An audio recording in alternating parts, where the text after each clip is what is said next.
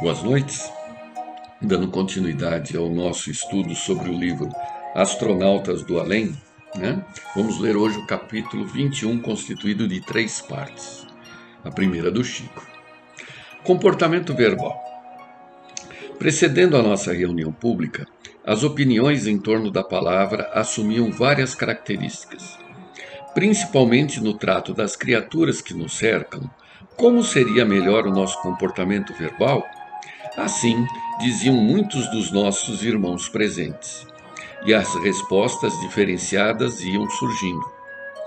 Companheiros, muitos afirmavam que é preciso destacar o mal a fim de extingui-lo, mostrando-lhe as cores agressivas.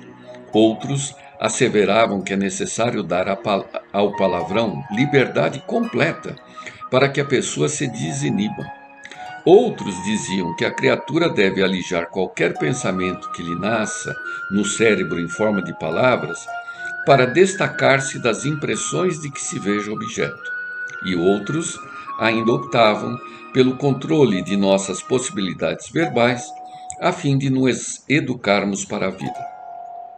Iniciada a reunião, o Livro dos Espíritos nos deu para estudo a questão 919, e o nosso amigo espiritual Albino Teixeira, na fase final, esteve presente com a sua mensagem. Interessante, né? A liberdade de se trazer uma série de questões, né? De uma forma bem natural, né? E o Chico, com toda a sua sapiência, né? Os direcionava à instrução dos espíritos, né? Então, só uma referência, né? A pergunta 919 do Livro dos Espíritos refere-se ao meio mais eficaz de nos melhorarmos. A resposta é dada por Santo Agostinho, que encarece a importância de nosso exame diário de consciência sobre o que fizemos e dissemos durante o dia. Então, se ao longo da nossa explanação aqui o tempo permitir, nós leremos o livro, a questão 919. No contrário, eu postarei e todos terão a oportunidade de ler. Do Espírito Albino Teixeira, Autorretrato.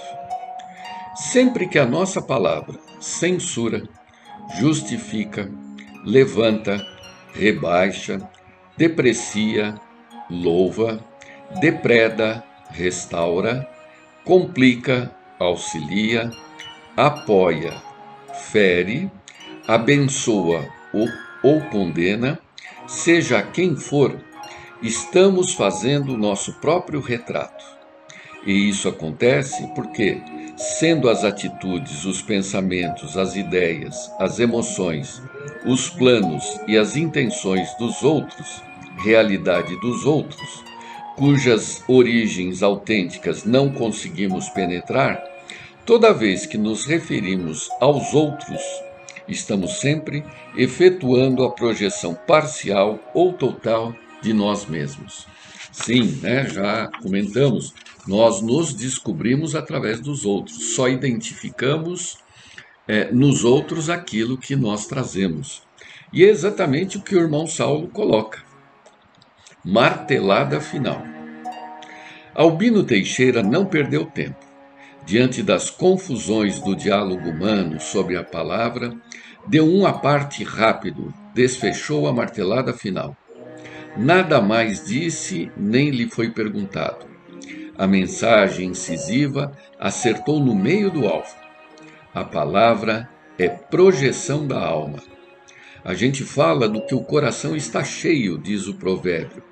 Emmanuel, no seu livro Pensamento e Vida, explica a mecânica da palavra, que vai da percepção à sensação, desta à emoção, e desta ao pensamento e à expressão verbal. Como se vê, a sabedoria popular está certa, pois a palavra nasce do coração. Pensamos o que sentimos e falamos o que pensamos. Santo Agostinho diz, na sua resposta a Kardec, que Deus colocou os inimigos ao nosso lado como espelhos, pois eles dizem o que sentem a nosso respeito, sem o disfarce piedoso dos amigos. Albino Teixeira considerou a palavra como autorretrato parcial ou total. Ambos mostram-nos a importância da palavra como forma de revelação do que somos.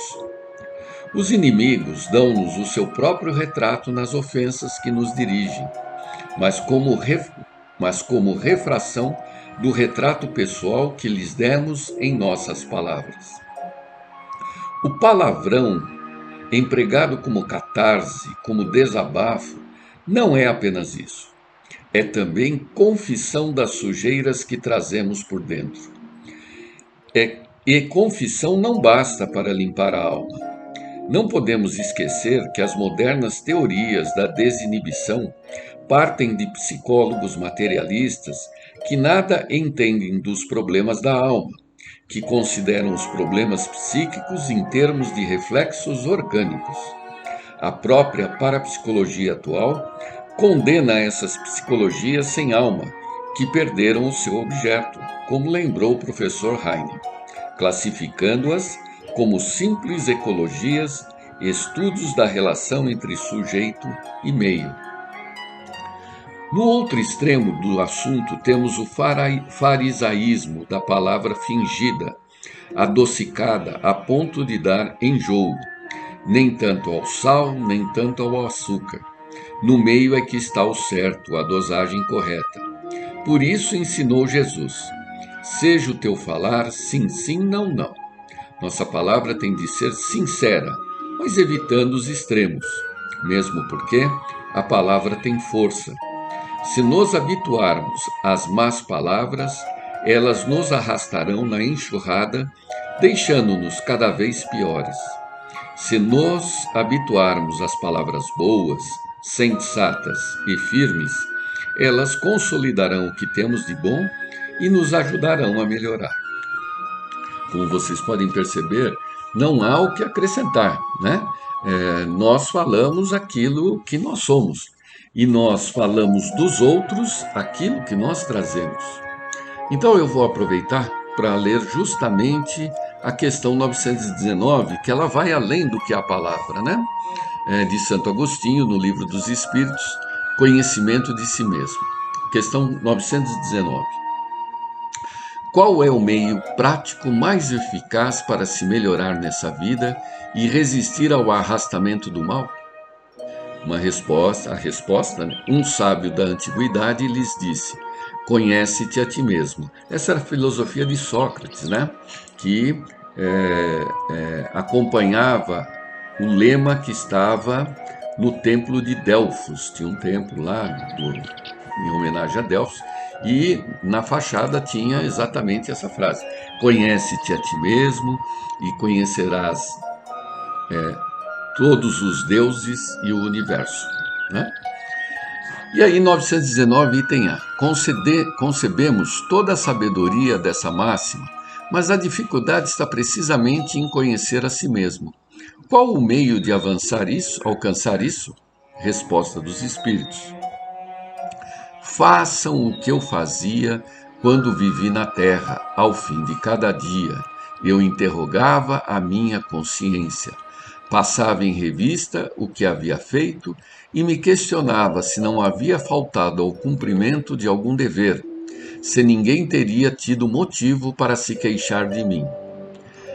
Né? Na hora de dormir, nós fazermos um resumo, né, de todas as nossas ações. E continua Santo Agostinho: foi assim que cheguei a me conhecer e a ver o que em mim necessitava de reformulação. Aquele que, a cada noite, relembrasse todas as suas ações do dia e se perguntasse o que fez de bom ou de mal, pedindo a Deus e ao seu anjo guardião para o esclarecer, adquiriria uma grande força para se aperfeiçoar, porque, acreditem em mim, Deus o assistirá. Formulem, portanto, as suas questões. Indaguem o que têm feito e com que objetivo agiram em determinada circunstância. Se fizeram alguma coisa que censurariam nos outros, se agiram de tal forma que não ousariam confessar. Perguntem ainda: se aprovesse a Deus chamar-me nesse momento, ao entrar no mundo dos espíritos, onde nada é oculto, teria eu de temer o olhar de alguém? Examinem o que poderão ter feito contra Deus, depois contra o próximo e, por fim, contra si mesmos. As respostas serão um motivo de paz para a sua consciência ou a indicação de um mal que é necessário anular. Continua Santo Agostinho. O conhecimento de si mesmo é, portanto, a chave do melhoramento individual. No entanto, dirão como julgar-se a si mesmo. Não se terá a ilusão do amor próprio que atenua as faltas e as torna desculpáveis? O avaro se julga apenas econômico e previdente. O orgulhoso acredita O orgulhoso acredita possuir apenas dignidade. Tudo isso está correto, mas todos têm um meio de controle que não poderá enganá-los.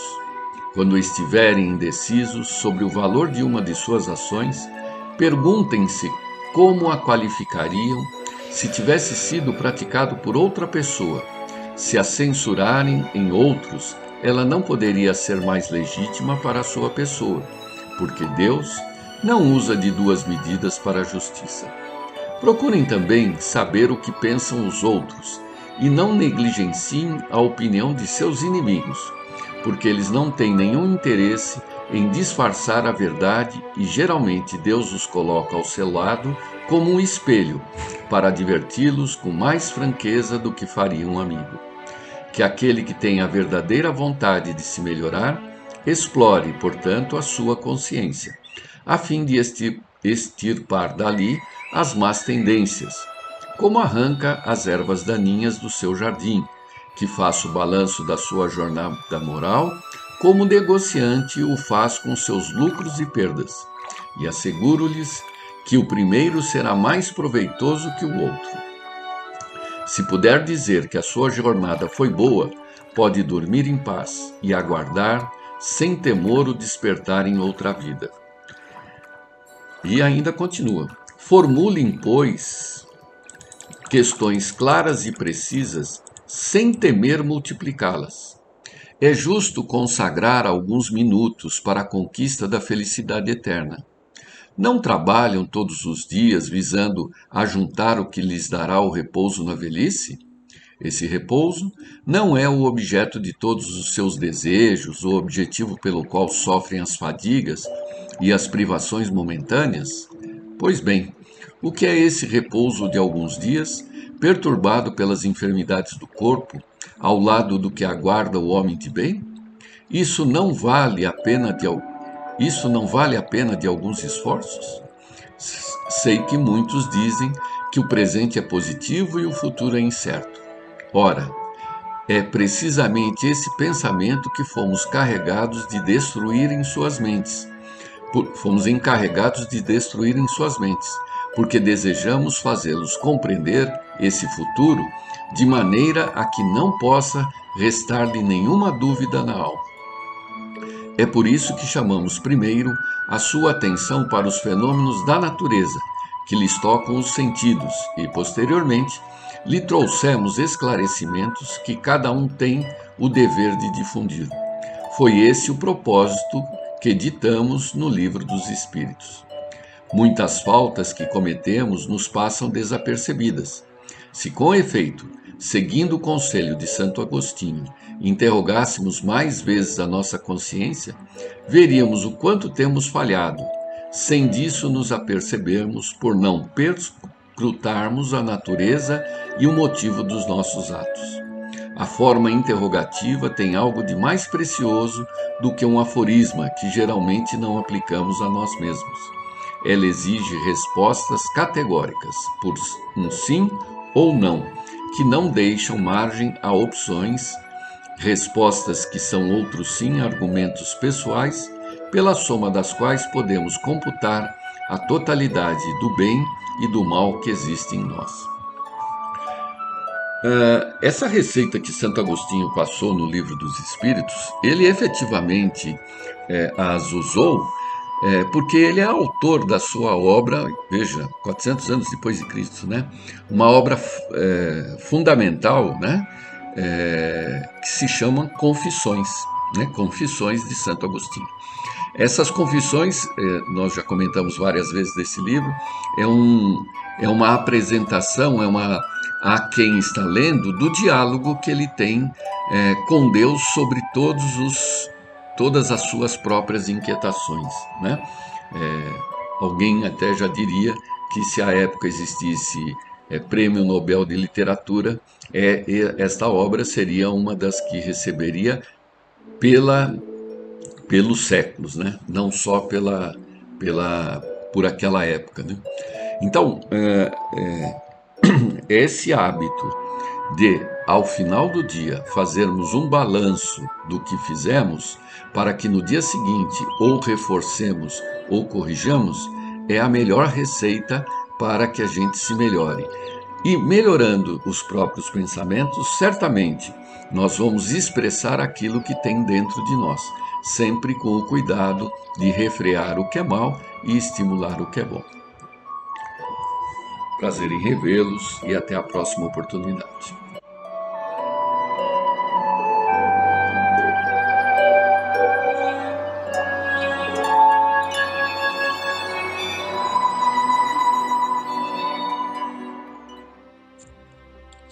Boa noite a todos, mais uma vez, dando continuidade à nossa palestra desta noite. Vamos falar de um capítulo muito importante do Livro dos Espíritos, o capítulo 9, Intervenção dos Espíritos no Mundo Corpóreo. O item 1, ele vai falar da penetração do nosso pensamento pelos espíritos. A primeira pergunta que Kardec faz aos espíritos é a 456, é a seguinte: os espíritos veem tudo o que fazemos? Podem vê-lo, pois estáis incessantemente rodeados por eles. Mas cada um só vê aquelas coisas a que dirige a sua atenção, porque eles não se ocupam das que não lhes interessam. Então, estamos o tempo todo em intercâmbio com o plano espiritual. Então, os espíritos, tanto os benfeitores quanto os inferiores, estão o tempo todo a nos observar. Eles nos conhecem profundamente, os nossos pensamentos, observam nossos comportamentos. Então, é como ele colocou aqui, né? Esse mundo está em constante comunicação. Pergunta 457. Os espíritos podem conhecer os nossos pensamentos mais secretos? Conhecem. Muitas vezes aquilo que desejarias ocultar a vós mesmos. Nem atos, nem pensamentos podem ser dissimulados para eles. Então aqui está bem claro, né? Não tem como esconder nenhum pensamento, nenhum sentimento da espiritualidade. Às vezes a gente tem que esconder até de nós mesmos, né? Mas não adianta fingir, esconder, eles nos conhecem. Os benfeitores vão nos ajudar para que nós possamos ali combater todas as nossas imperfeições e dar continuidade à nossa evolução, trabalhando por nossa melhoria, mas os inferiores, eles ficam atentos a esse comportamento, a esses pensamentos difíceis para atuarem negativamente sobre nós. E é assim que os espíritos obsessores, que todos nós temos, infelizmente, espíritos que, devido ao nosso passado de erros, nos perseguem, nos caluniam, e eles ficam atentos, observando essas brechas, esses sentimentos que carregamos ainda em nossos corações inferiores para poder atuar sobre os nossos pensamentos e automaticamente sobre as nossas atitudes, o nosso comportamento, certo? E a pergunta 459, os espíritos influem sobre os nossos pensamentos e as nossas ações? Nesse sentido, a sua influência é maior do que supondes, porque muito frequentemente são eles que vos dirigem. Então aqui está bem claro como é que pode ser essa atuação, e às vezes ela é muito mais intensa do que nós percebemos, né? E ele complementa que a nossa alma é um espírito que pensa. Então, muitos pensamentos nos ocorrem a um só tempo. Nesse conjunto todo, né, de pensamentos que nos chegam, há sempre os vossos e dos espíritos. E é isso que vos deixa na incerteza, porque tendes em vós duas ideias que se combatem. Então, é por isso que nós temos que aprender a ter discernimento, a nos conhecer e saber o que vem de nós, o que vem de uma influência externa. Com o tempo, se a gente começa a estudar, a nos observar, a gente vai tendo essas percepções. Não é fácil, porque é muito sutil essa influência, né? Então, a gente tem aí duas situações bem parecidas. A gente tem que estar sempre observando e sabendo com o tempo distinguir. Isso é um aprendizado, é uma conquista. E ele continua: com que fim os espíritos imperfeitos nos induzem ao mal? Para vos fazer sofrer com eles.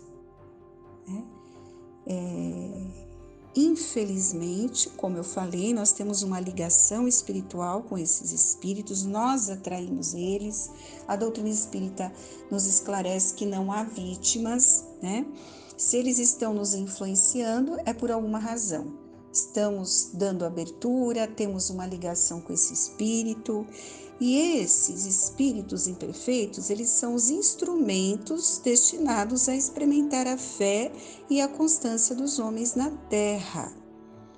Nós devemos progredir, não é? Na ciência do infinito. Então a gente passa por essas provas do mal até chegar ao bem. Os espíritos benfeitores, a missão deles é de colocarmos no bom caminho. E quando más influências agem sobre tu, és tu que as chamas pelo desejo do mal, porque os espíritos inferiores vêm em teu auxílio no mal, quando tens a vontade de o cometer, não é? Então, eles só podem atuar se encontrar em nós esse sentimento que dá abertura para a influência negativa deles. É assim que Deus deixa a nossa consciência a escolha da rota que devemos seguir, né?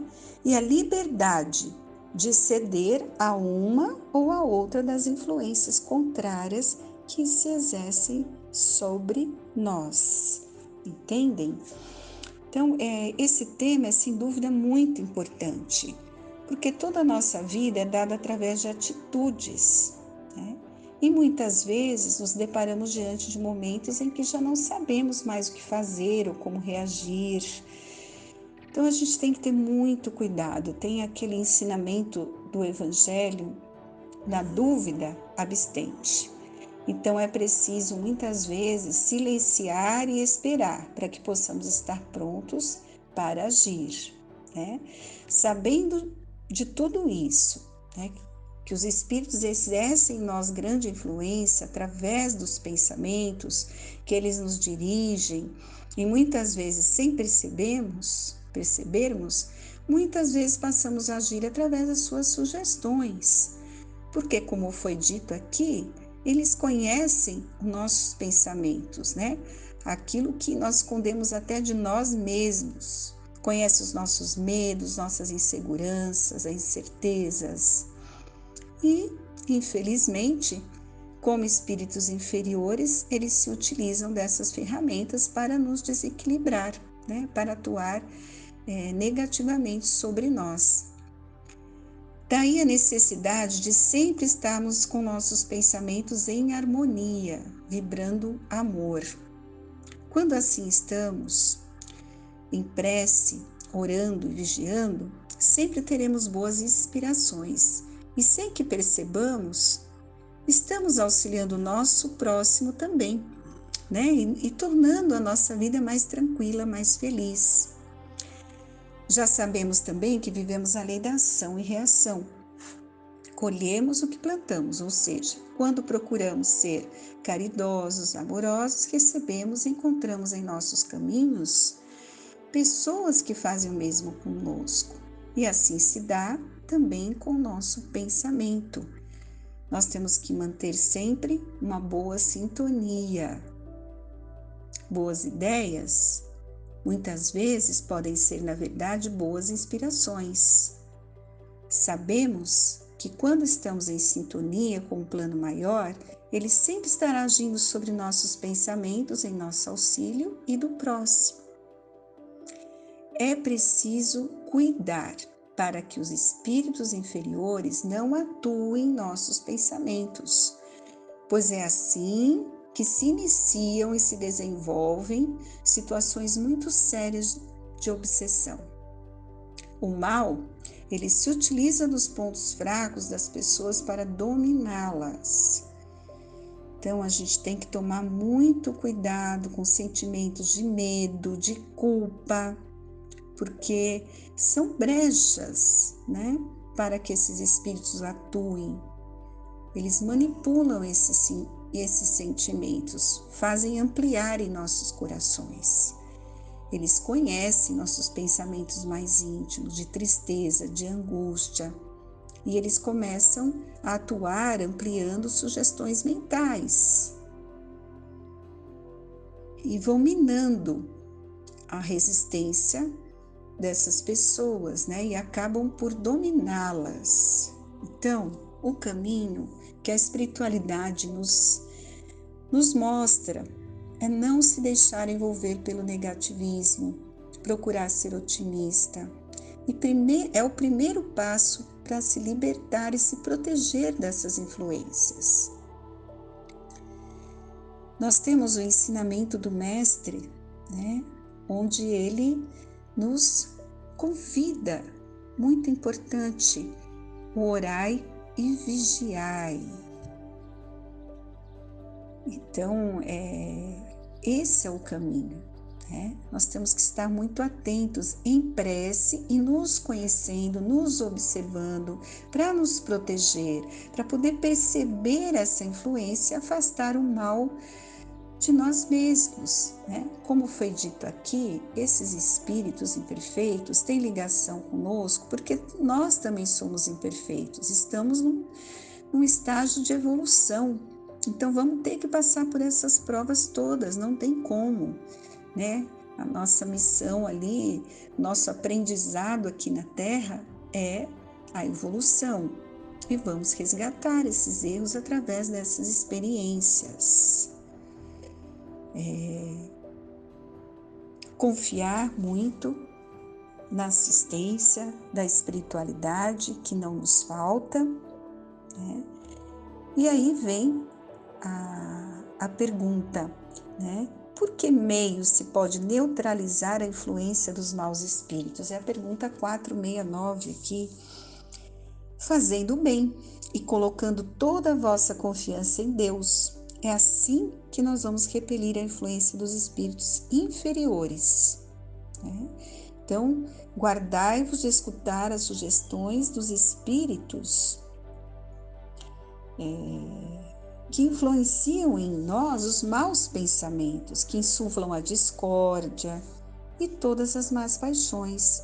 Desconfiai de tudo aquilo que exalta o nosso orgulho. E sempre na nossa oração, né? Senhor, não nos deixeis cair em tentação, mas livrai-nos do mal. Lembre-se, nenhum espírito recebe a missão de fazer o mal.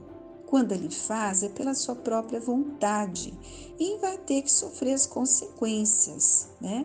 Mas infelizmente ainda estamos nessa condição de nos influenciarmos uns aos outros.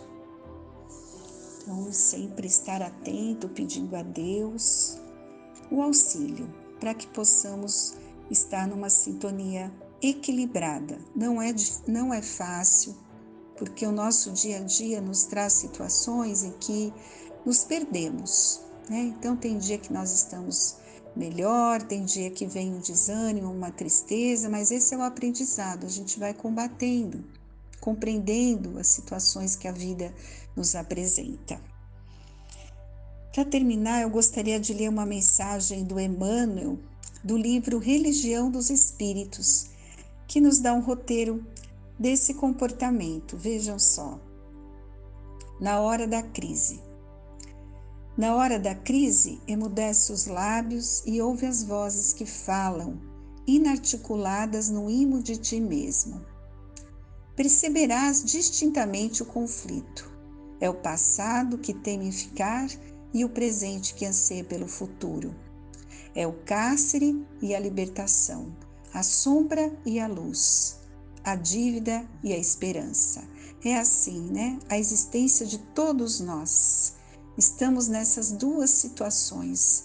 Um passado de erros que teima em ficar e o presente que é nos dado o convite de nos melhorarmos. A sombra e a luz, como ele fala aqui. É o que foi e o que deve ser. Na essência, é o mundo e o Cristo no coração. O mundo nos convidando a várias atitudes infelizes do egoísmo, da vaidade, do orgulho. Então grita o mundo pelo verbo dos amigos e adverte o Cristo, que nos vibra na consciência. Diz o mundo, acomoda-te como puderes. Pede o Cristo, levanta-te e anda. O mundo diz, faz o que desejas, mas Jesus nos lembra, não peques mais. O mundo nos diz, destrói os opositores, e Jesus nos alertou, ama os teus inimigos.